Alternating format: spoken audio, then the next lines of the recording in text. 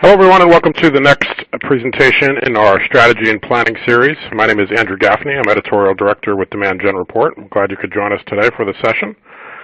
One of the top priorities we hear from our readers among B2B marketers is getting closer to buyers, understanding more of what their journeys look like. And today's session is going to provide some great insights to address that. We'll be looking at personas, journeys, and content maps, and 3 keys to filling your 2017 pipeline with quality leads. As with all the sessions in the series, we want to try to make this as conversational, as interactive as possible, so we encourage everyone in the audience to go ahead and share any thoughts you have. If there's any stats you like or conversation points, information brought up, please share it with your social networks. We'll have our team following that conversation as well and be reposting. If you could include the hashtag SPS16, we'd appreciate that. And also we have the handles for today's speakers, so if you'd like to include that within your post, that would be great as well. So thanks, and we'll keep an eye out for that. The series is hosted by Demand Gen Report, and I just want to encourage anyone who's not already a subscriber to Demand Gen Report to take advantage of the great content that we produce there. We create a lot of proprietary research on B2B marketing tactics, on the B2B buyers themselves. So I think a lot of today's topics, we have some great insights that you'd want to take advantage of. You'll also get access to the daily news we post on our site as well as our digital newsletter. And I would also encourage everyone to become part of our social network on Demand Gen Specialists on LinkedIn. There's a lot of great conversations and insights you'll access there as well. So for today's session, we're using the ON24 platform. You can follow social activity right within the platform. You'll see tweets and be able to keep an eye on some of the things that are being posted right within the platform. There's also related resources that you can access in the resource list. So keep an eye on that at the conclusion and grab some other things to continue researching this topic. And we also do want to make it interactive in that we'll get to some questions and answers at the conclusion of the presentation. Presentation will last around 30 minutes, and then we'll try to spend around 10 or 15 minutes going through questions. If we don't get to your question today, we'll ask our speaker to follow up with you directly and try to get you the answer you're looking for. But again, type in the questions as they come to mind, and then we'll try to get to as many as we can.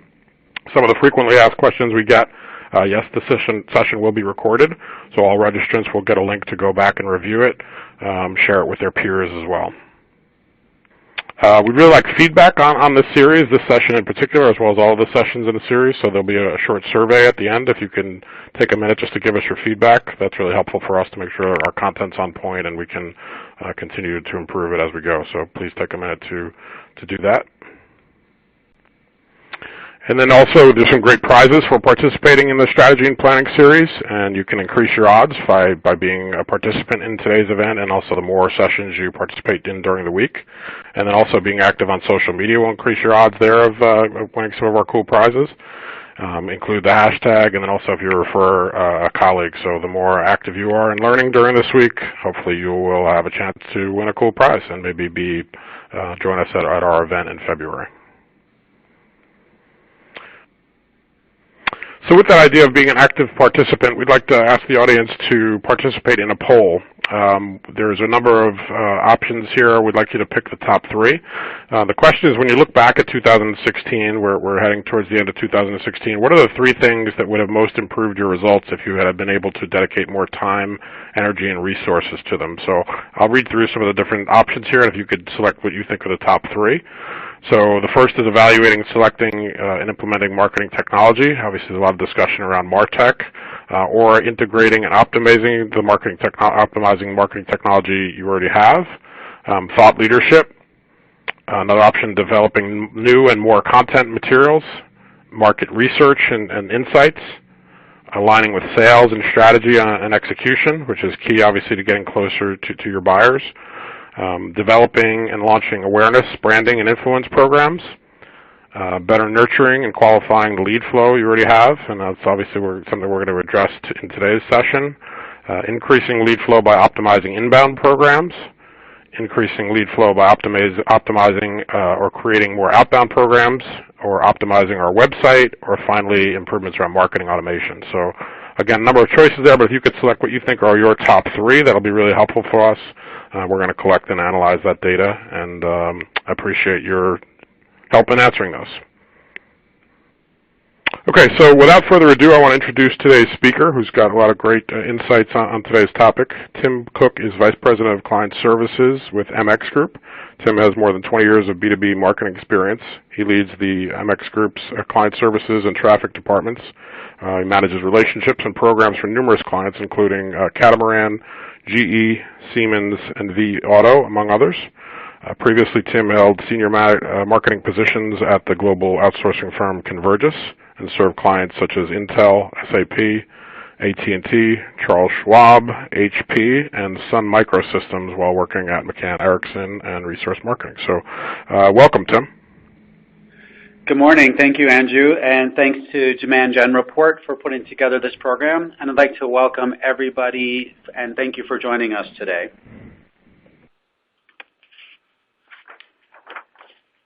I thought I'd start with a couple of statistics that I think really capture the pressures we are all under these days as business-to-business marketers.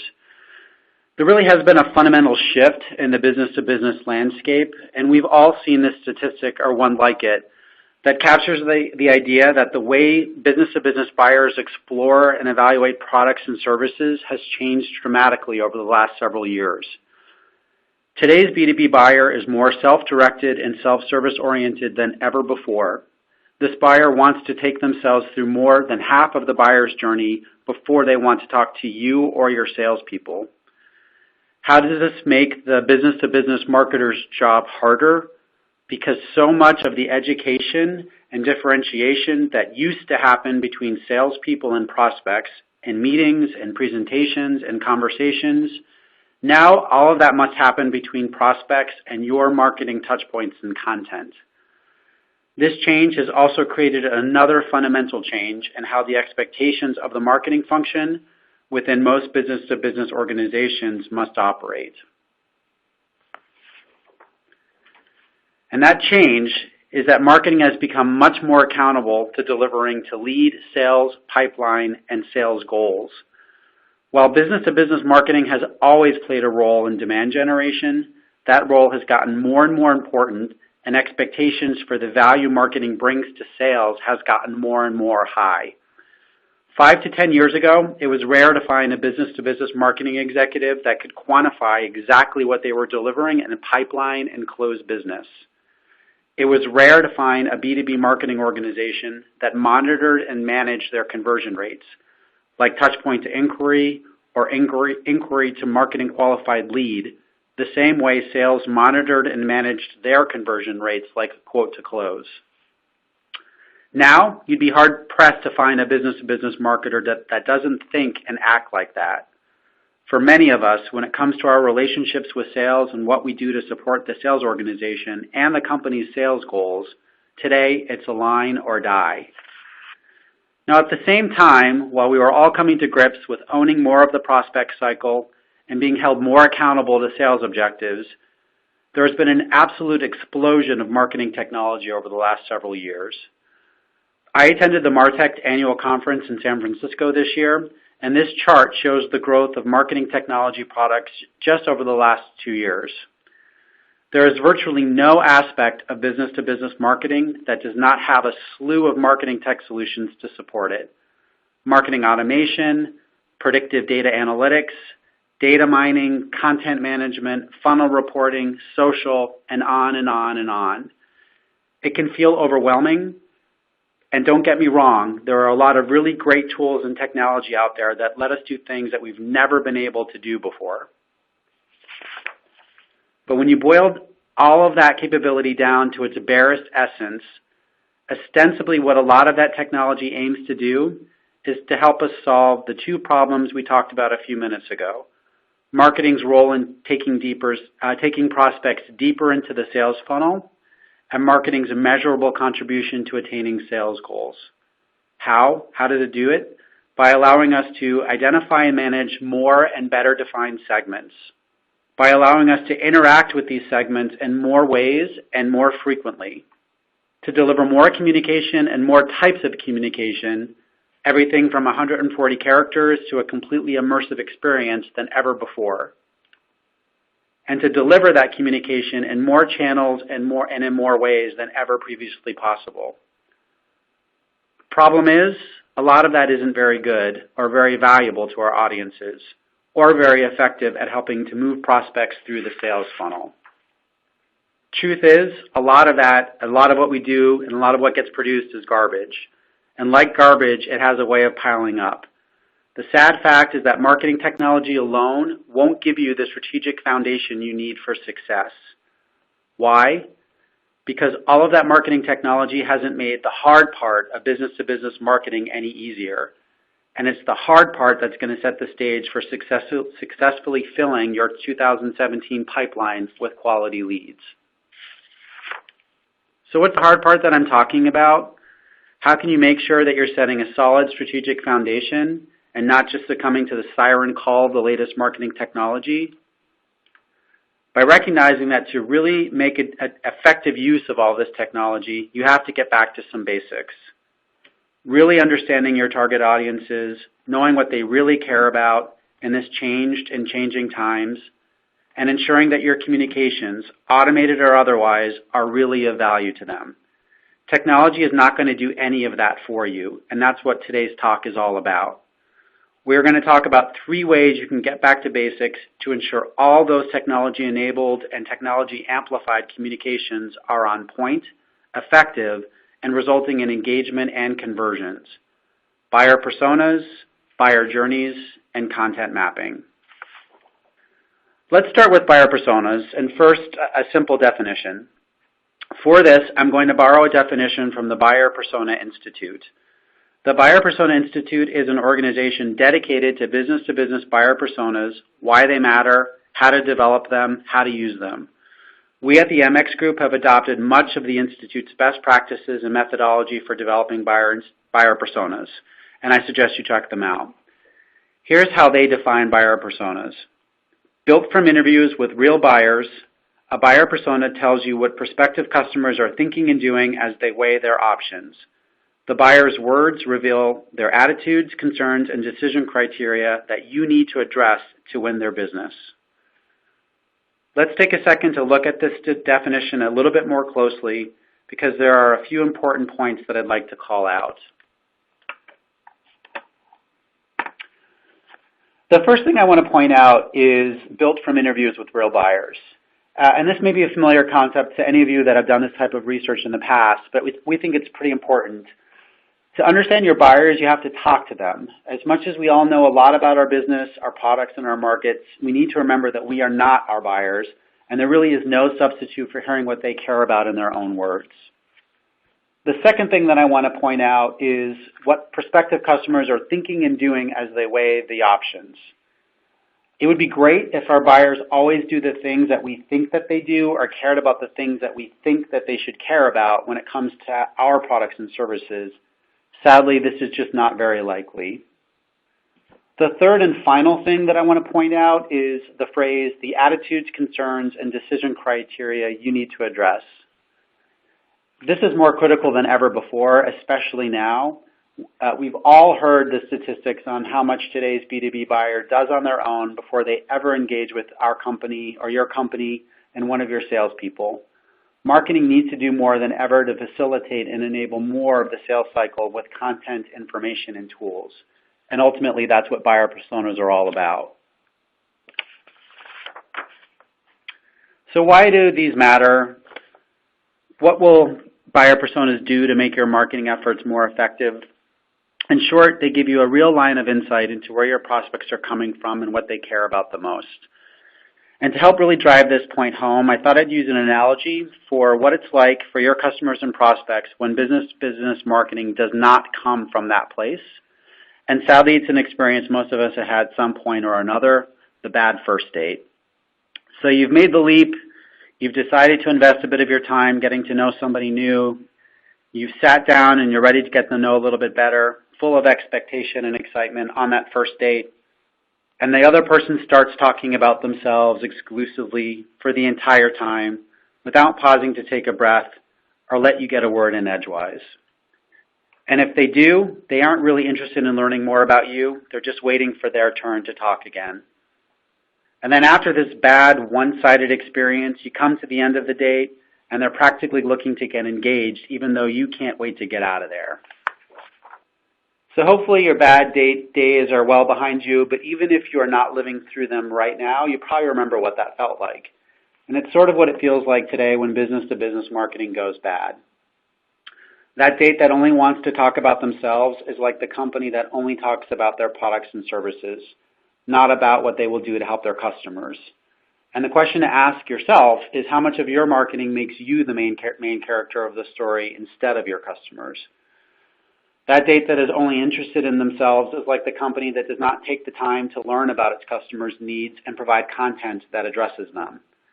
And that date that's ready to get engaged after the first 5 minutes is that overly aggressive company whose only call to action or conversion option is talk to sales now, instead of providing other ways for a prospect to engage and learn when they are not quite ready to make that commitment. Multiply this by all your audience segments that you target, all the communications that you produce, and all of the automated and technology-enabled communication channels that you're leveraging, and then ask yourself, when it comes to your marketing, are you a bad date? The good news is buyer personas can really help you avoid this challenge and this trap. So let's start by getting a little bit more practical about what makes for a productive and effective buyer persona. And what we thought we would do is walk you through what we think are the most critical elements within a buyer persona. And hopefully you'll start to see that once you've laid out these critical elements and these key points of insight, how they can start to make sure that all of your marketing communications, your journey streams, your content is on point in addressing the needs of your different buyers. So the first core element of a persona is really getting at what differentiates this group, this marketing segment, from everybody else that you talk to, and what are the most critical things that you need to keep in mind as key differentiators for this audience segment as you develop marketing communications for them. The second element of a successful buyer persona is what we call the product persona connection. Rather than starting with your products and services and communicating what you think is critical about them to a potential buying segment, the whole idea here is to understand what matters to the person in the segment that you're trying to sell to, and then figure out the right way to align your points of difference and your product differentiators against their concerns. So you still need to create a connection with a persona segment with your products and services, but you need to do it through their lens and not through your own. The third critical element is buy cycle insights. So the whole point of this is to really understand the point of view of a particular segment as they move through their buy cycle. What's critical to them to know and to understand, and what types of information might they be looking for at each stage in their buy cycle. And what we find oftentimes when we are engaging in these types of work and doing this type of research with actual buyers is that what many marketers think matters at a particular point in the buy cycle is often not really what the buying audience needs and is looking for at that moment. So those buy cycle insights at every step and every stage, and really understanding what buyers do and have done when they've made these types of evaluations in the past, is what's going to help you really align your marketing efforts and your communications with what matters and when it matters. And then the last piece here is that as you look within a broad buyer persona that might be organized by a functional job role, for example, which many are, if you go to market vertically or if you go to market for subsegments within a particular industry or other way that you segment the market, chances are that there are going to be things that are common across a role-based persona, such as a CFO or a CEO, but there are going to be things that are specific within how you do that segmentation by industry, etc., that you're going to want to identify and understand in your research process, and that you're going to want to codify and include in your persona, so that when you are speaking with or developing a program for a certain persona group within a certain segment, that you are adjusting your talk track and adjusting your communication to the particulars of that segment and really speaking to that segment through the lens of their specific concerns and needs and in the language that will ultimately resonate with them. So chances are a lot of you understand intuitively the value that personas can bring to your efforts and what you're looking to do, and maybe you've even gone down the path of developing some of these. For those of you that haven't, or for those of you that have but are maybe looking at expanding those efforts, a question that I hear a lot of the time is, how do I go about making decisions about prioritizing what segments we should personify? We don't have necessarily the time and the resources to do this for every market that we serve or every segment within every market that we serve. And what I typically advise people is to really take a step back and ask yourself the question about where you're going to get the biggest bang for your marketing buck if you were to go down this road and develop personas. And I think there are a couple of elements that add up to making that decision. So the first one to think about is making sure that that effort is aligned with your sales targets and your sales goals. So for example, if your sales plan has you going into a new market or a new industry and there are very aggressive sales goals attached to that, that could be a great reason for prioritizing a deeper understanding of the personas within that particular market in your upcoming efforts. Another element to think through is really around sales readiness. So if you have a sales team that is maybe better equipped today or through the upcoming 2017 to go after a particular industry with a particular product or service, or that sales team is already there and ready to go, where another part of the sales team, there might be a hiring plan against that. If you have those people in place, if those feet are on the street, if there's an element of sales readiness there for a segment that you're thinking about personifying, that's ultimately where the rubber is going to hit the road for a lot of your marketing efforts. And oftentimes we've seen marketing organizations focused and prioritize on developing personas for a market that they're not really ready to go after from a sales perspective. So sales readiness is really important. Equally important is marketing readiness. So if you go out and do the work to personify a segment, is your marketing team really ready to go after that segment in a meaningful way? Do you have content in place? Do you have a means and a path to getting the right content in place?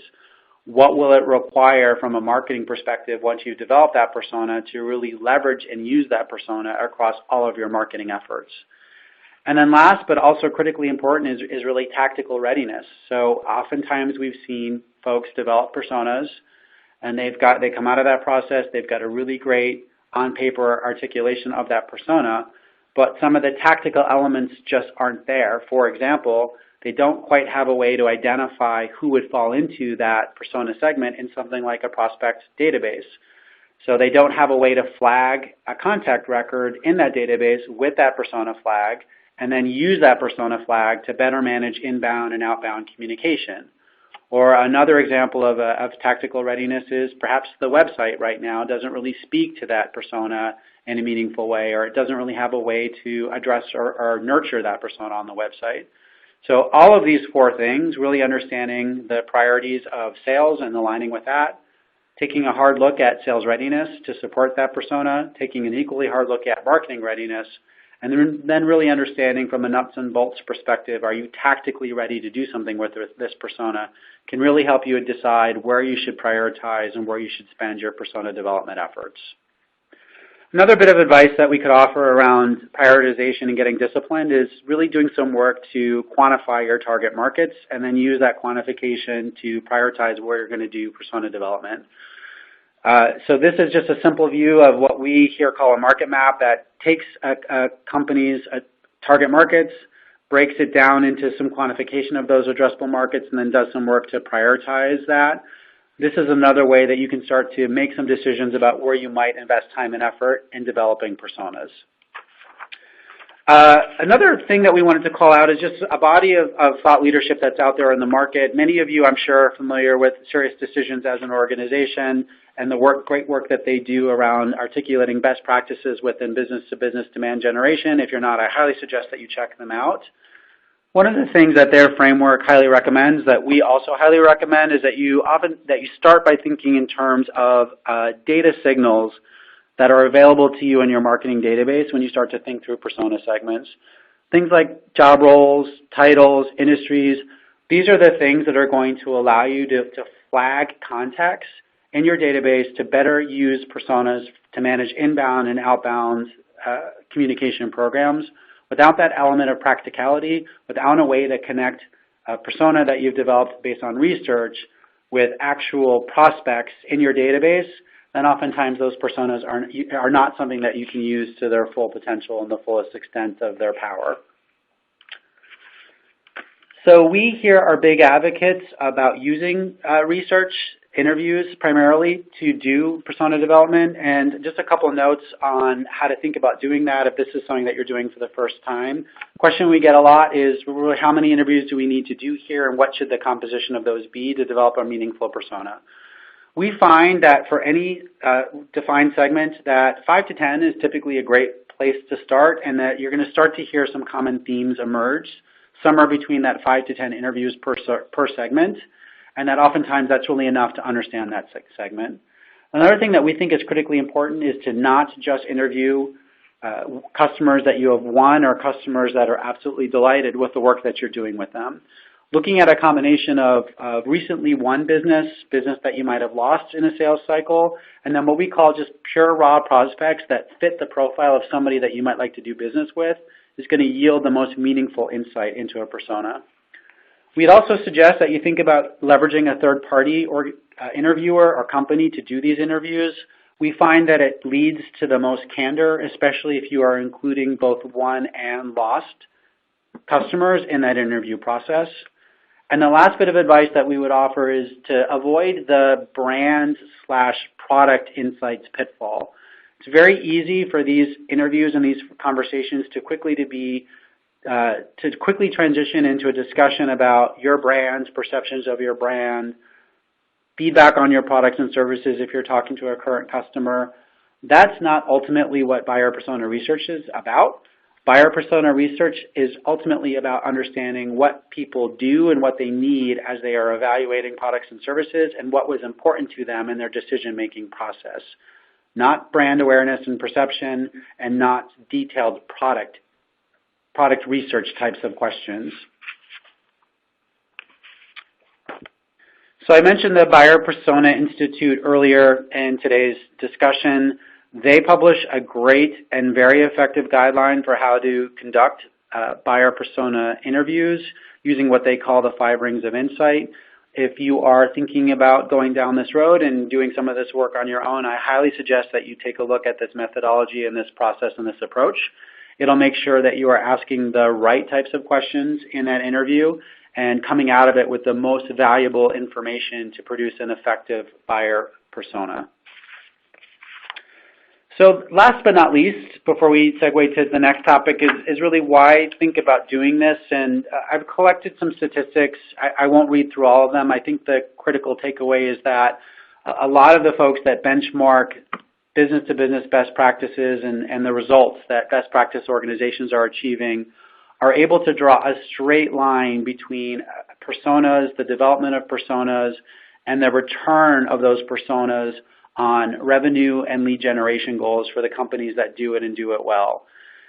So if you're thinking about going down this road, if you're looking potentially for some organizational support, you're looking for maybe some ammunition to make your case about why this makes sense for your organization, I would say come back after today's session. I know the webinar will be recorded. Take a look at some of these statistics that we've collected. There is a lot of information out there about how effective use of personas can really dramatically improve the results that business-to-business marketing programs are delivering from a lead generation and revenue creation point of view. So I wanted to now take the next step in our discussion today and talk about the second critical element for setting a foundation for strategic success on top of a marketing technology platform, and that this is whole notion of a buyer's journey. And I also wanted to start with just a quick, simple definition. The buyer's journey is the process buyers go through to become aware of, evaluate, and purchase a new product or service. So let's go back to that bad date analogy. And the parallel that I can draw here is as somebody in that discussion, in that date, kind of just making a lot of assumptions about you and about what you want and about what might be interesting to you and about what should happen next. That's what it's like when a company doesn't really understand what the buyer's journey looks like, what people are looking for from you as a marketer at different steps and stages of that buyer journey, and when there's a real significant misalignment between their needs and expectations and what you're making available to them. So there's a lot of frameworks out there, and I'm sure many of you on the call today have seen this framework from SiriusDecisions or something like it that starts to put into categories, in broad general categories, what a buyer's journey looks like. So this one from SiriusDecisions has 3 high-level categories: education, solution, selection. There are some subcategories beneath that that categorize what a buyer might be looking to do or thinking about in each of those 3 broad categories. Whether you're looking at this type of a framework from SiriusDecisions or any of the other consideration to purchase frameworks that are out there and have been out there for some time, what I would say is that this is really the easy part. And then identifying whatever framework that you're going to use for that purpose, that's just really where the work begins. The hard part is thinking through what each of those stages mean to your personas and to your business, and that starts with a shift in thinking from a sales cycle to the buy cycle, flipping the lens on that. It starts with gaining insight on what people really want and need and what they actually do in the buy cycle, ensuring that your content is really going to address and facilitate that, and oftentimes that really requires a hard look at that content and the value of that content. And then really understanding at a tactical level your ability to deliver against that. So do you have a database to manage outbound? Do you have those contacts there? What are the drivers of inbound? What are the website conversion paths, and are they aligned with how you can understand what's happening at each of those steps and stages? And then what does your marketing automation look like for anything that might be an automated journey or a trigger-based journey?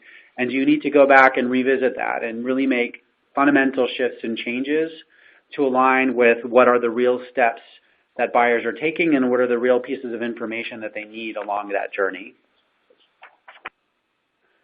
And if that part's hard, then this part is even harder. And this is what it looks like when you sit down and start to put on paper a visual representation of what you think are and what you understand to be the critical steps in a buyer's journey and how you should interact with them in each of those critical touch points. There really truly is no magical formula for doing this other than sitting down and working through that, coming from a place of understanding and insight.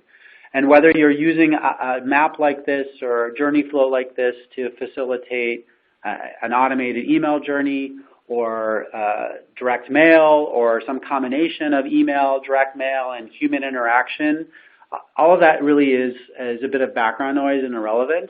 Whatever your touch points are, whatever your marketing activities and marketing touch points look like, working through something like this, a flow chart that really takes from the buyer's perspective those critical steps, those critical points of interaction and learning that have to occur at each of those steps, and then start to get down on paper what you can do and what you have to facilitate that, is really the first step towards moving your marketing efforts in a direction that is going to align with your buyer's journey and really improve your overall effectiveness. So how to get started with this? It can feel very daunting if this is something that's new to you and you're trying to figure out where to get going. First bit of recommendation that we would have is that if you have these personas, that you start there and that you organize around the personas that you've developed or the ones that you're looking to build, and that you align with what you learned coming out of that process. Second bit of practical advice would be to start with where you touch the market with these types of journey maps and journey stream development. So if you have an email program or the ability to deliver multi-step or single batch and blast emails, your website, if you've got automation in place, if you're doing telemarketing, if you're doing trade shows, whatever your marketing touch points are, think about how you can leverage those touch points against what you learn about the buyer's journey. Think differently about the different touch points in the upper, middle, and lower funnel.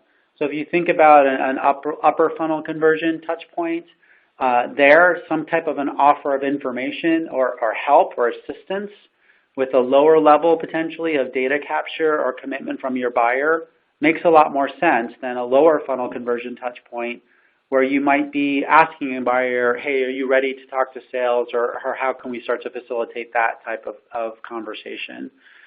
And then maybe a last bit of advice is if this part, this putting down on paper of that journey and aligning a buyer's journey with marketing touch points, with campaigns, with automation in particular is something that may not be core to you or your business, maybe consider bringing somebody in from the outside that can help you with that. You can bring to the table the understanding and the knowledge of your buyer and of your products and services and of your marketing programs.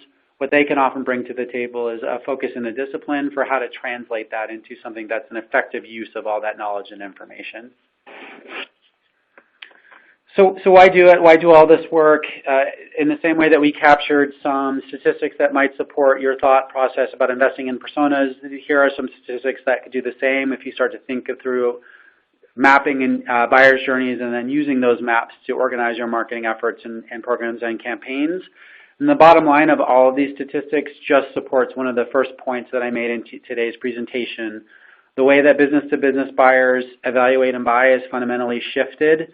They're going to do a lot of that work on their own without ever reaching out to you or your salespeople. It's more critical than ever before to understand what that buyer's journey looks like and to enable that buyer's journey with your marketing efforts. So the last element of setting a strong strategic foundation for effective programs in 2017 that I wanted to talk about today is content and content mapping. And again, starting with the simple definition here, a content map is a cross-section of your personas and the buyer's journey, and the best way to assess your content gaps and opportunities. So if you follow the flow here, if you start with insights that come from a buyer persona development process where you really understand segments that you're marketing, and then you progress from there to the buyer's journey and really understanding what they do and at every step in that buyer's journey and what they're looking for in every step in that buyer's journey. The third piece in the puzzle is, do I have the content, the information, and the tools to really pay that off? And that's where content mapping comes into play. So again, that bad first date, think about that person that sat across from you at the restaurant and really their talk track, everything that they're talking about is just off. Maybe they're talking about their previous relationship and how badly it ended, or are talking about very controversial topics, or really just talking about something that you don't find interesting and is really fundamentally boring you to tears. That's what happens from a B2B marketing perspective when the content does not come from a place of insight and understanding and is not aligned with where a buyer is in their journey. It just results in a just actively negative experience of your company and your products and services for that person that's evaluating them. So how can you get started to avoid that trap, and where do you get started? And what we've put up on the slide for you today is just one format of many that are out there for how to start getting your content maps down on paper. And we recommend bringing some practicality to this process. So if you look at this grid, what you see is that it's organized by your buyer personas that you've articulated, going down the column, and then running across the top are those serious buy cycle stages that we talked about. You could swap those out with other categories if you're using them. Again, there are many of them out there. And then really looking at the intersection of that persona and that stage of their buy cycle, what you know about that stage particular to that persona, what they're looking for, and then just start to fill in content that you feel like you have that truly does address that intersection, and then the content that you think you need, and you can do your own color coding here, content that you feel like is missing to address that critical intersection point. So why do it? And there's a lot of information out there about how much business-to-business marketing content that we all spend a lot of time and effort and energy and resources in developing just goes unused and is not effective. I would argue that a lot of the reason that content is not used and is ineffective is because it misses those first two critical steps, starting with buyer persona insights, leading on to the buyer's journey and understanding what content and tools is required for each step, and then really developing that content with all those things in mind. Is what's going to help you not be in that majority of business-to-business marketers who are pumping out information and pumping out content, that doesn't align from any of those perspectives and ultimately is really not doing anything to advance your company's goals, your marketing organization's goals of moving people through the funnel and really servicing them in this new paradigm and in the way that they want to research a company's products and services. So we've really talked about three key strategic linchpins to a sound strategy for 2017 that, again, really have nothing to do with marketing technology.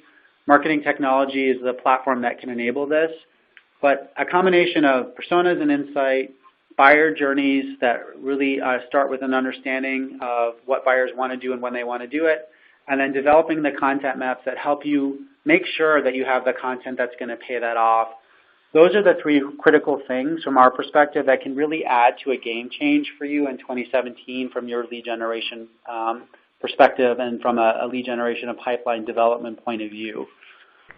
Ultimately, what does this really look like? If you look at companies that are doing it well, and if you look at what a lot of research analysts out there call an immature versus a best-in-class company, and then you look at how these types of things pay off in critical conversion rates through the demand waterfall, and ultimately lead yields, and then how many of those leads are ultimately qualified and make their way through the sales funnel, there is a very significant difference between an immature company that doesn't leverage these approaches and a mature company that does. That's where the rubber is going to hit the road for you in 2017 and really delivering to a lead generation and a sales pipeline development perspective. So with that, I'd like to thank everybody for their time and attention in today's discussion. I'm going to open it up for some questions and see if we can take some questions from our audience. Great. Thanks, Tim. I want to make sure that remind everybody if you could take part in the survey that you'll get, just on some feedback about some of the key takeaways you liked or anything you'd want to learn more about. And we do have some good questions coming in. I'll remind the audience if you have some other questions you'd like to go ahead and type them right into the dashboard. But Tim, let me get started. We had a question from Andre. He asked, why should we invest in primary research like interviews for personas? We know our audience, we know our markets and audiences really well. What's the downside of relying on internal perspectives? Yeah, that's a great question, a great place to start. And I'm going to answer that in two ways. The first part of the answer I'm going to say is that if doing actual interviews, doing that type of primary research is just not an option for you or your organization, I would say that there would still be value in doing a persona development process, getting those personas down on paper based on some of those internal perspectives, maybe doing some interviews with internal stakeholders like sales, people that interact with the customers and who are the closest to the customers. There's still likely to be some great value that you'll get out of that process. The second part of that question that I will say is that I personally have done literally hundreds of these types of projects for a wide variety of organizations, hundreds and hundreds of these types of buyer persona interviews. And I can tell you every single time that I've worked with a company that felt like they knew their buyer really, really well and had that perspective going in, every single one of them has learned something that fundamentally shifted the way they thought about how to effectively market and sell to these audiences, because there really, at the end of the day, is no substitute for hearing it straight from the horse's mouth.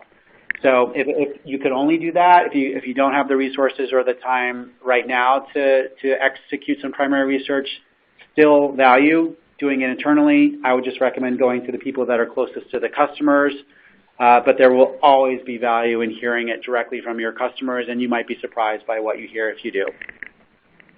Okay, great. Good point. We have a question from Lewis. We have buyer personas done, but we haven't figured out how to use them inbound or outbound marketing beyond just as a guide for creating content. How do we get them connected to our programs? Yeah, another great question, and I think a very common occurrence. And I think it really starts with getting practical and tactical about what you're doing from a marketing point of view. So a lot of times these things get done, they get printed on a sheet, they look great, and then they go in a drawer, never to be heard from again. One of the things that I would recommend starting with right out of the gate, if you haven't already done it, is sitting down with your prospect database. I'm going to guess that you have one that you're using to manage both inbound and outbound communications, and taking a look at whether you flagged those contact records in your database with those persona flags. That's step number one. And then once you've got that done, so let's say, for example, your personas are a combination of title and role plus an industry or something like that, you might need to do some work to map your database and figure out how to get a persona field populated with that persona name. Once you've got that done, then you can start thinking through outbound programs that are targeted to that persona, because you have a way of pulling them out of your database and creating lists around those people and managing those people as individual segments within your database for outbound. For the purposes of inbound, I think one of the most effective places to get started is most likely with your website. So do you have a way for a persona group to self-identify on your website, to pick content, to pick pages that might be relevant to them, and then you can start to use things like Google Analytics to understand, well, what's the mix of personas coming to our website look like based on what pages they're going to. So if I have a CEO persona that I'm trying to communicate with, and I create a bit of content on my website that is for CEOs only within a particular industry, you can start to infer from the number of people that are clicking on those links and going to those pages whether you've got that persona showing up in meaningful ways on your website, and then you can start to prioritize developing content on the website to address those personas and really better manage your inbound efforts in that way. Okay, great. Question from Carrie. She says, we're really struggling with how to deliver multi-step touch points. Any advice on that? Yeah, so again, I think a very common bit of feedback and question from people that might have gone down a Marketo or other marketing automation platform path, and they're trying to figure out how to keep that from being a fancy email blaster and really leverage it to do multi-step types of programs. I would say one of the easiest way to get started with multi-step is to start with the persona if you have it. Start with that, assuming that you've got kind of the database work done to be able to put a segment together based on that. And then even do simple things like time-based communications instead of trigger-based communications. So maybe think about the 3 or 4 points that you might want to make in succession with that particular persona. Maybe don't rely on them doing things like opening an email or responding to an email or providing a bit of information back and then working through the complexities of how you're going to interpret that to tee up a next step in an automated journey stream. But instead, think about maybe just putting things on a time-based strip and getting them out to your persona that way and learning from that as you go. Another bit of practical advice I would say is that oftentimes what people struggle with is really what to send and when to send it. If you have done some work to define a buyer journey and to map that process more broadly, you can then start to think about how you can leverage that buyer journey map against something like a marketing automation journey and construct a multi-touch email campaign that starts to align with the thought work that you've already done there. Okay, awesome. All right, we're getting a little tight on time. I want to take one more question. There's a few that we won't get to. Tim, I'm going to forward those to you and ask if you might follow up with some of the folks directly. But take one more question from Paula. She asked, she says, I get what you're saying about bad content and content that is all about our company and products, but I already have a lot of this kind of content done. What can I do to leverage it? Yes, and so I think the good news is there is some things that you can do to develop it. Oftentimes, many of us are not in a position where we can just throw all of that content that we've developed into the garbage heap, even if we have recognized that it maybe is a bit more focused on us than we would like it to be. So if you start to think about communications that you're going to send out, emails, other types of communication, even web pages and web forms that you might put up in front of some of that content, and you're using that content as a lure to try to get them on the hook, what I would say is invest what time and effort that you have in really writing strong and developing strong response-oriented pieces of communication around that content that you've already developed. A strong, empathy-driven opening paragraph of an email that speaks to a persona and their voice about their concerns as an introduction into a piece of gated content that you might already have developed that's a bit more generic or a bit more about you, is a great way to take what you've learned from buy cycle insights or buyer persona research, write that response-oriented piece of content that's strong in empathy, that's addressing that persona directly as a way to push them towards a piece of existing content that you already have that you maybe can't redo, is a great way to try to leverage that existing content, but put a stronger set of response-oriented communication and calls to action around it. All right, awesome. So, Tim, this is really great insights. I appreciate you kind of walking us through the whole journey here and sharing so much of your expertise and experience. This has been really great. My pleasure. Thank you very much. All right, I want to thank all of our audience, too, for joining us today. And I want to remind everybody that the next session in the Strategy and Planning series is going to be at 2 p.m., and we're going to be looking at the hot topic area of artificial intelligence and how that's integrating in with predictive analytics. So we'll be providing 4 different stories that prove the power of predictive. So I hope you can join us for that, and also keep an eye out for the full agenda. I hope you can take advantage of it. And thank you again for joining today. Have a great